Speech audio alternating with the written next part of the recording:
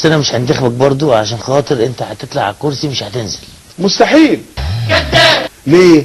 الشعب ده صاحي وواعي وعارفين اللي يجي وما يحترمش القانون والدستور الشعب هيثور ضده. انا عايز الشعب يثور ضدي على طول لو انا ما احترمش القانون والدستور. مش حاجه اسمها تفضل على طول. تفضل على طول ليه؟ لماذا؟ دولة هيبقى فيها دستور حقيقي، هيبقى فيها مجلس شعب حقيقي، هيبقى فيها حرية حقيقية. يرضي حد؟ هو ده عهد الاخوان اللي احنا فيه يا استاذ وائل؟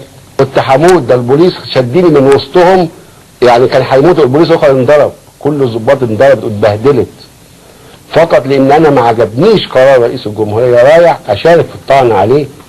هيبقى فيها حرية حقيقية. يعني لولا البوليس كان زمان يموت في ايديهم. ده ضابط رئيس المباحث ضربوه ركلوه بالجزم، وانا تحديف بالميه وتحديف بكراتين الميه، وبقيت عشان ايه؟ الناس هتقول رأيها دايما. لن يبقى رئيس في حكم مصر الا اذا كان الشعب راضي عنه.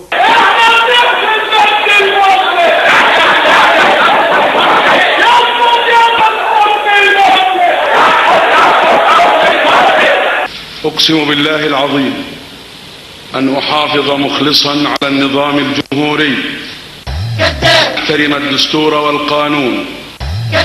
وجاي بفرعنة بالشكل ده، يعني ده خطأ جسيم لابد أن يحاسب عليه. إزاي يعتدي على أحكام القضاء؟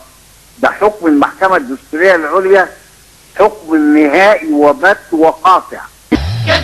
ده ملتزم، ده خالف القانون، خالف الدستور.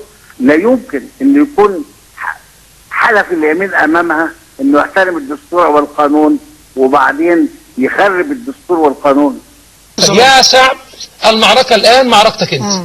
وهو الشعب لو رضي بالكلام ده خلاص، ما هو النهارده اللي هيسقط المحكمة الدستورية ولن يحترمها هو اللي هيبقى بياخد إجراءات ضده. يا راجل انت ده ايه اللي انت عامله ده؟ عيب عليك في السن ده، يطلع منك كل ده. يا راجل انت ده ايه اللي انت عامله؟ عيب عليك في السن ده، يطلع منك كل ده. كلمني فهمني، كلمني فهمني، كلمني كلمني فهمني. يا راجل انت ده ايه اللي انت عامله ده؟ عيب عليك